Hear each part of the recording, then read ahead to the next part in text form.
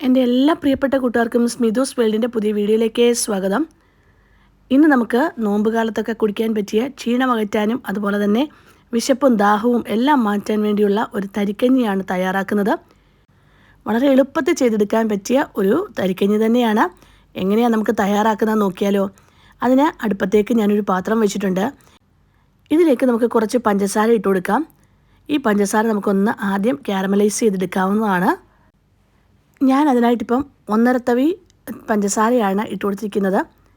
ഇത് ആദ്യം നമ്മൾ ചൂടാക്കുമ്പം ഒന്ന് ക്രിസ്റ്റലായിട്ട് വരും. അത് കഴിഞ്ഞിട്ടാണ് അത് തവിട്ട് നിറത്തിലേക്ക് പോകുന്നത്. ഇങ്ങനെ കാരമലൈസ് ചെയ്യുന്നത് തരിക്കഞ്ഞിക്ക് നല്ല നിറവും മണവും ഒക്കെ ലഭിക്കാൻ കാരണമാകും. രുചിയും കൂടും കേട്ടോ. ഇങ്ങനെ ഒന്ന് തയ്യാറാക്കി നോക്കിക്കോളൂ. ഇപ്പം ഏകദേശം പഞ്ചസാരയൊക്കെ ഒരു ക്രിസ്റ്റലേക്ക് വന്നിട്ടുണ്ട്. ഇനി അത് പതുക്കെ അലിയാൻ തുടങ്ങും. അലിഞ്ഞ് ഇത് തവിട്ട് നിറത്തിലേക്ക് മാറുന്നിടം വരെ നമുക്കൊന്ന് ചൂടാക്കി എടുക്കാം. തീ ഒരുപാട് അങ്ങ് കൂട്ടി വയ്ക്കരുത് കേട്ടോ. അത് പുകഞ്ഞ് ഒരു വല്ലാത്ത ടേസ്റ്റിലേക്ക് മാറും. അതുകൊണ്ട് ഒരുപാട് തീ കൂട്ടി വയ്ക്കരുത്, പ്രത്യേകം ശ്രദ്ധിക്കുക. കണ്ടല്ലോ, ഇപ്പോൾ ഒരു തവിട്ട് നിറത്തിലേക്ക് വരാൻ തുടങ്ങിയിട്ടുണ്ട്. ഇനിയും തീ ഒന്ന് തീരെ കുറച്ച് വയ്ക്കുക. എന്നിട്ട് മാത്രം ഇതിനെ തയ്യാറാക്കി എടുക്കുന്നതാണ് നല്ലത്.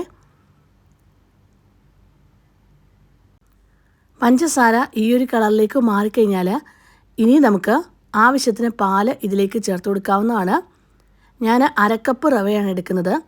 1/2 കപ്പ് റവയ്ക്ക് 6 കപ്പ് പാലാണ് എടുക്കുന്നത്. ആ പാല് നന്നായിട്ട് തിളപ്പിച്ചതാണ് ഇതിലേക്ക് ഒഴിക്കുന്നത്. ആ ചൂടോടുകൂടി തന്നെയാണ് ഒഴിക്കുന്നത്. കുറച്ച് മാറി നിന്ന് മാത്രമേ ഒഴിച്ചു കൊടുക്കാവൂ കേട്ടോ.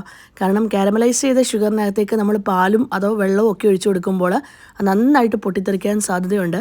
അതുകൊണ്ട് തന്നെ കുറച്ച് മാറി നിന്ന് വേണം ഒഴിച്ചു കൊടുക്കാൻ. അതുപോലെ തന്നെ പെതുക്കെ മാത്രമേ ഈ പാല് ഒഴിച്ചു കൊടുക്കുകയും ചെയ്യാവൂ. വളരെ ശ്രദ്ധിച്ച് കൈകാര്യം ചെയ്യുക. അന്നേരം നമുക്ക് ആദ്യം ഈ ഒരു പാല് ഒഴിച്ചു കൊടുക്കുമ്പോൾ, ചൂട് പാല് ഒഴിച്ചു കൊടുക്കുമ്പോൾ ഈ ഒരു പഞ്ചസാര വീണ്ടും ക്രിസ്റ്റലായിട്ട് മാറുന്നതായിട്ട് നമുക്ക് തോന്നും.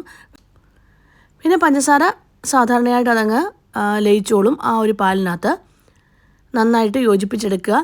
ഇനി നമുക്ക് ഇതിനെ ഒന്ന് തിളച്ച് വരുന്ന ഒരു പരുവത്തിലേക്ക് മാറ്റിയെടുക്കണം. ഇനി നമുക്ക് ഈ ഒരു പാലിലേക്ക് ചേർത്ത് കൊടുക്കേണ്ടത് ഒരു 5 or 6 ഏലക്ക എടുക്കുക. അത് നന്നായി പൊടിച്ചൊന്ന് ചേർത്ത് കൊടുക്കണേ. ഞാൻ നന്നായിട്ട് പൊടിഞ്ഞ് കിട്ടാൻ വേണ്ടി കുറച്ച് പഞ്ചസാരയിലാണ് പൊടിച്ചെടുത്തിരിക്കുന്നത്. ആ പൊടിച്ച ഏലക്കയും കൂടെ നമുക്ക് ഈ ഒരു പാലിനകത്തേക്ക് ചേർത്ത് ചൂടാക്കി എടുക്കാവുന്നതാണ്. തിളപ്പിച്ച പാലായത് ഒഴിച്ചു കൊടുത്തിരിക്കുന്നത്. അതുകൊണ്ട് തന്നെ നമുക്കിനി വീണ്ടും തിളപ്പിക്കേണ്ട ആവശ്യമൊന്നും വരില്ല. പാല് ഒന്ന് തിളച്ച് വരാൻ തുടങ്ങുന്നുണ്ട്. ഈ ഒരു സമയത്ത് വറുത്ത് വെച്ചിരിക്കുന്ന അല്ലെങ്കിൽ വറുത്ത റവ നമുക്ക് മേടിക്കാൻ കിട്ടും. ആ റവ 1/2 കപ്പാണ് ഞാൻ ചേർത്ത് കൊടുക്കുന്നത്. റവ ചേർത്ത് കൊടുക്കുന്ന സമയത്ത് കുറേശ്ശെയായിട്ട് വേണം ചേർത്ത് കൊടുക്കാൻ. എന്നിട്ട് തുടരെ ഇളക്കി കൊടുക്കുകയും വേണം. ഇല്ലെങ്കിൽ റവ അങ്ങ് കട്ട കെട്ടും. അത് ശ്രദ്ധിച്ച് വേണം ചെയ്യാൻ. ഇനി ഒരു 3-4 മിനിറ്റ് വരെ മാത്രം ഇതിനെ ഒന്ന് വേവിച്ചെടുത്താൽ മതി. റവ കറക്റ്റായിട്ട് നമുക്ക് വെന്ത് കിട്ടും. ഇത് തരിക്കഞ്ഞിയായിട്ടാണ് നമ്മൾ കുടിക്കുന്നത്. അതുകൊണ്ട് തന്നെ ഒരുപാട് അങ്ങ് കട്ടിയാക്കി എടുക്കേണ്ട ആവശ്യമില്ല കേട്ടോ. പിന്നെ അത് നിങ്ങളുടെ ഇഷ്ടമാണ്. ഞാനിപ്പോൾ ഒരുപാട് ഇത് കട്ടിയാക്കി എടുക്കുന്നില്ല. പ്രത്യേകിച്ച് റവ ഇരുന്ന് ആറുമ്പം ഒന്നുകൂടെ കുറുകി വരും. ഈ ഒരു സമയത്ത് മധുരം ഉണ്ടോ എന്ന് നോക്കണം. ഇല്ലെങ്കിൽ കുറച്ചുകൂടെ മധുരം ചേർത്ത് കൊടുക്കണം. ഒരു നുള്ളു ഉപ്പും കൂടെ ചേർത്ത് കൊടുക്കണേ. ഇതിലേക്ക് നെയ്ക്കകത്ത് വറുത്തെടുത്ത കൊച്ചുള്ളി, കാഷ്യൂനട്ട്, ഉണക്കമുന്തിരി ഇത്രയാണ് ചേർത്ത് കൊടുത്തിരിക്കുന്നത്.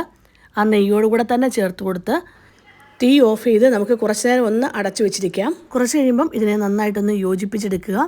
വളരെ ടേസ്റ്റി ആയിട്ടുള്ള ഒരു തരിക്കഞ്ഞിയുടെ റെസിപ്പി തന്നെയാണ് കേട്ടോ. പ്രത്യേകിച്ച് ഈ പഞ്ചസാര കാരമലൈസ് ചെയ്യുമ്പോൾ ഈ തരിക്കഞ്ഞിക്ക് നല്ലൊരു മണവും നല്ല രുചിയും കേട്ടോ. വളരെ ടേസ്റ്റി ആയിട്ടുള്ള റെസിപ്പി തന്നെയാണ്. ഇഷ്ടമായെങ്കിൽ ഒന്ന് ലൈക്ക് ചെയ്യാനും ഷെയർ ചെയ്യാനും സബ്സ്ക്രൈബ് ചെയ്യാനും കമൻറ്റ് ബോക്സിൽ കമൻറ്റ് ചെയ്യാനും മറന്നു പോകല്ലേ. Thank you for watching.